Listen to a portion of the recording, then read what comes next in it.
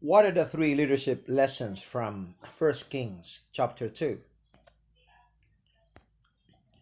Now, number one, a leader empowers others. You'll see here the old man, King David, was saying to his son, Solomon, I'm going where everyone on earth must someday go. Take courage and be a man. We saw in the previous chapter that he was installed as the king.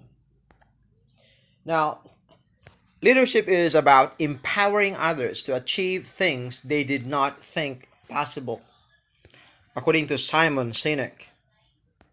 And so, Dr. John Maxwell, the known authority for leadership, says leaders become great not because of their power, but because of their ability to empower others. Now, during this COVID-19 outbreak, today is April 16, 2021 in Thailand, you will see here new cases, 1,543 out of the total cases in Thailand, which is 37,453. Now look at that.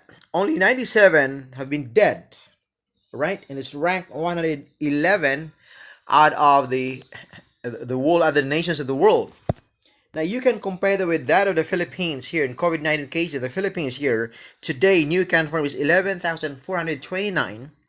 New death is 148. New recovery is 856. If you look at the world record of all the countries here, number one is still USA with 32 million. Total deaths is 578,993. And new deaths is nothing. Now you can see that also in India, Brazil, France, Russia, and UK. If you're going to look at the new deaths of other countries like Mexico, it's only 401. And Bolivia, 84. Kazakhstan, and the rest, nothing. In other words, you can see that fatality rate is going down, even if the cases are going up. If you're going to look at the statistics, it's so minimal that the deaths compared to the cases is like 2 million deaths, almost 3 million, compared to 139 million cases. You will see that the rate is only 2.15% case fatality rate. It means it's so low, so minimal. Now, if you're going to compare that one with those who are dead, mostly those who died are because they have their other diseases too, like we call it comorbidities. For example, they suffer from hypertension or diabetes or hyperlipidemia or coronary artery disease, renal disease, dementia, COPD, cancer, and other diseases. So in other words, their immune system is compromised.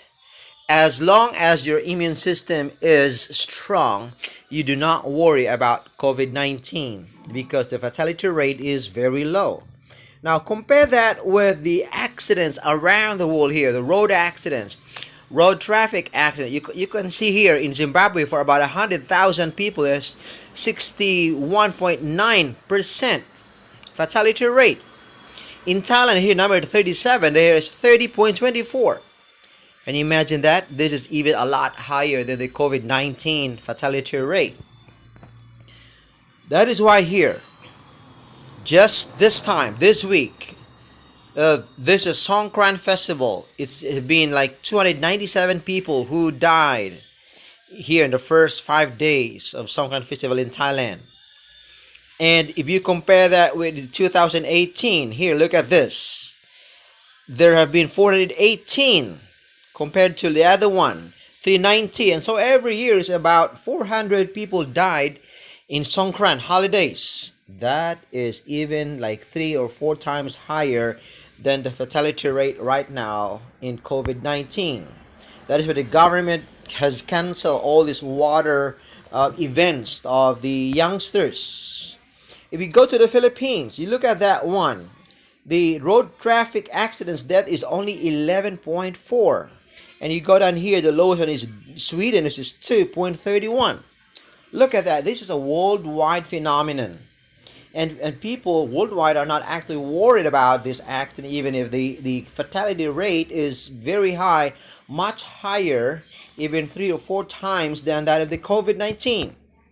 Look, I want you to see another aspect of a leader. A leader directs others to success. In here, King David told his son Solomon, observe the requirements of the Lord your God and follow all his ways. Keep the decrees, commands, regulations, and laws written in the law of Moses so that you will be successful in all you do and wherever you go. In what? Successful in what? In all you do. It's not just in only one thing, but it's in all things, in all you do, and wherever you go. In other words, a leader directs others to success not just in one area, but in all dimensions.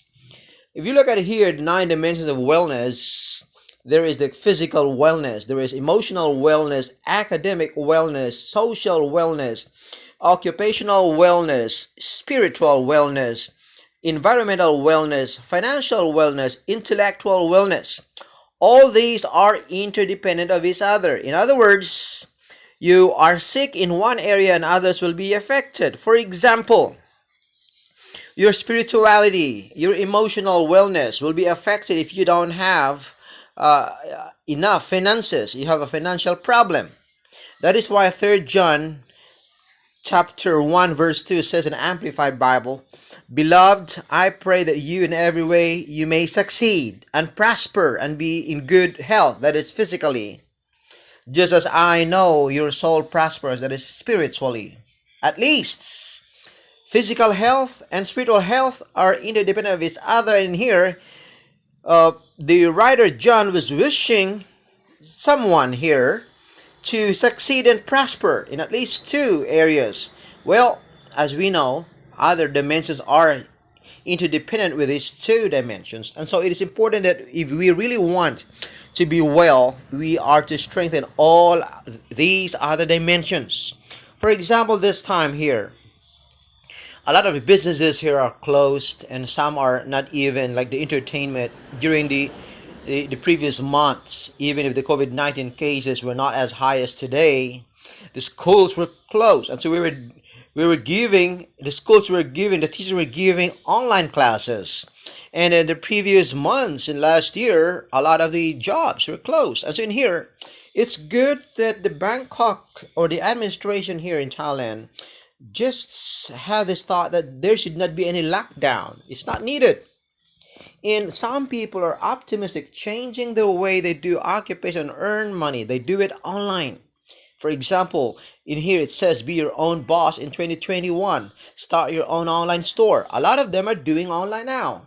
It's an accepted mode of business or doing things for them to be able to survive and also, go through this, what they so-called pandemic. And in here, although Thai baht is really going down against dollars. Now, everyone, maybe a lot of Thais are hopeful that and optimistic that the baht right now is going up. Look, now, with this time of pandemic right now, if you're a leader, you need to encourage others in this area of budgeting. Now, if you don't have enough money this time, if you're really in a tight budget because you don't have occupation, it is important to apply this flexible budget rule. For the first year or the first few months, if you don't have enough right now, you can start with 11,980 budget rule. In other words, if you're a believer, and so you can start with 10% tithe, 1% for offering, and you have here 9% for savings, and that also for insurance and investments. And you spend 80% on expenses and needs, including much good and bad debt. Now, if you're very wise, you cannot just waste God's money anywhere else. Instead, you're going to build an asset that is money back into your pocket from your expenses with an N. Yeah? And you need another one too. Out of that 9%, you build an asset from your savings, insurance, and investments with IMG. These two companies are actually very wise, and I haven't seen anything like this. All right. And if you're able to recover for the first year, you can use this flexible budget rule for the second year. Now you can increase, imagine that, from 11% of tithes and offerings, you can increase your 15 to 15%. Why is that? And why is 11.9 and why here is 15.10? Remember, everything we have is not ours, it's God's. The whole pie, 100% of the money and resources that we have is not ours, it's God's. And so we give him back the glory. We return to him about 10% and plus 5% offerings. And then we increase the savings, insurance, and investment to 10%. You might be thinking, do I really need an insurance, health insurance, healthcare savings, emergency? Look, if you are a very wise person, at this time of pandemic, if you have enough savings, or if you lose a job, you still are able, if you're wise in savings, your savings should be able to save your family for at least 6 months to 1 year, right? And so, if you don't have any insurance, it's just like if you have an accident and along the road, you will give a headache to anybody else or to yourself if you don't have any insurance. It's important that you have insurance, health insurance, health care. There are many kinds of insurance, and so it's very important to have it. And some are even accumulative, and so some can be converted into investment, and then we can build an asset out of that. That is God's money to be saved, and so that it can be ensured that it will give us solution to any emergency situation. Not only that, you can build an asset out of your expenses. If not 75% or about it, or a portion of it, turn it into an asset out of that expenses. That is very wise. And for the third year, if you're able to cope up, look, you are maintaining your 15% tithes and offerings, but then you level it up with 15% savings and insurance and investment. All right? And in here, you will see it's not anymore 75, but it's 70. So it becomes 15, 15, 70 flexible budget rule for the third year. The same you will do, 15% for tithes and offerings. But there are many kinds of offerings. Take note. There is love offering, promise offering together. There is anything that you can help. It's about giving. If you want to help people, if you want to help, God's word. And again here, 15% for savings, insurance, and investment, and that is very wise. But to reduce your expenses to 70%, at the same time you're building an asset out of the expenses, that is very wise use of God's money. And in the fourth year, you're able to maintain building an asset into budget in savings and budget in expenses. Then at this time, reducing 65% on your needs expenses and reducing your debt also. Leaving good debt, that is when you borrow money for the sake of multiplying it or investing, that is a good debt. And it gives you back some asset, that is a good debt. By the fourth year, you are become financially well. But you increase in here, you promise it with God, you do this budgeting with him, it becomes 20% from the 10% of tithes and offerings. It means you have now 10% for tithes and another 10% for maybe second tithe or other offerings. It's up to you. That is your promise to him, while maintaining the 15% for savings, insurance, and investments. By the way, you will need only to pay savings and insurance for 7 years, and after that you don't need. Look, for the fifth year, you can increase now, maintain the 20% for tithes and offerings. That is an investment for eternity. But you can increase now the 20% savings, insurance, and investment here to 20%, and reducing the cost to 60%. I call it 20-20-60 flexible budget rule. It seems like this is already for a middle class, because at this stage, if you're not ready, this is really painful to your budget in limiting your expenses into 60%. It means if you have not done the previous years in a flexible budgeting rule, it's not easy for you to reach this higher level of 20-20-60 budget rule.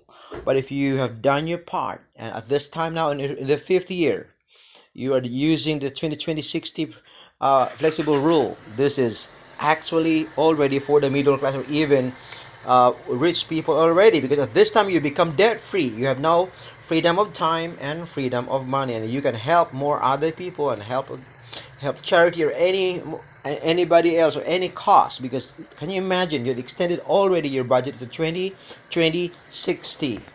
Now on the sixth year, much more, you're already enjoying time freedom and financial freedom, because you have grown God's money into such level that you are able to give even 25% and return it to God, 10% to God, and 15% for offerings and other givings. That is including second tithe, promise offering, love offering, and all these other offerings, while maintaining 20% savings, insurance, and investment. And in the seventh year, you'll be done paying your insurance. They are the savings for this insurance will be converted into investment, into an asset, and so nothing is lost. Very wise. So this is how we do financial freedom from the budget of savings, insurance, and investing, and from your expenses. Look, what has been demonstrated is a demonstration of what Mark Batterson, I believe he's a pastor, Mark Batterson said, when God blesses you financially, don't raise your standard of living, raise your standard of giving. If you're a leader, actually, you also know how to do this one, right? Okay, start from the very small budget if you don't have enough money to hire, and to such time that you can reach the 30 20 50, which is already for the wealthy. Okay, so let's go now to this next idea. Look, why are we emphasizing this? Because we are in the flesh and blood while we are preparing for our home, which is in heaven. We are just tourists here on earth. We are pilgrims and strangers on earth, just like those heroes in Hebrews 11. They seek for a homeland. They did not reach the promise. It was promised to them, but again, they look it ahead of time. They saw it with confidence in faith. And so all of us will be the same thing too. We look forward to that homeland, in heavenly homeland, while we are leading people to Christ and to that eternity. Look, the third one here. A leader shows the vision. King Solomon was told by David, if you do this, then the Lord will keep the promise he made to you. He told me, if your descendants live as they should and follow me faithfully with all their hearts, soul, and one of them will always sit on the throne of Israel. What a promise. And Solomon saw that vision, that promise. A leader shows the vision. Not only in here, Revelation 3:21, Jesus promises not only one, but anybody here, he that overcometh, I will give to him to sit down with me in my throne, as I also overcame and sat down with my Father in heaven. Sitting in God's throne, meaning you have the privilege of king and that of priests of his God and Father. Revelation 1:5 and 1:6. Look, what a wonderful lesson. Let's summarize. A leader empowers others. Second, a leader directs others to success. And third, a leader shows the vision.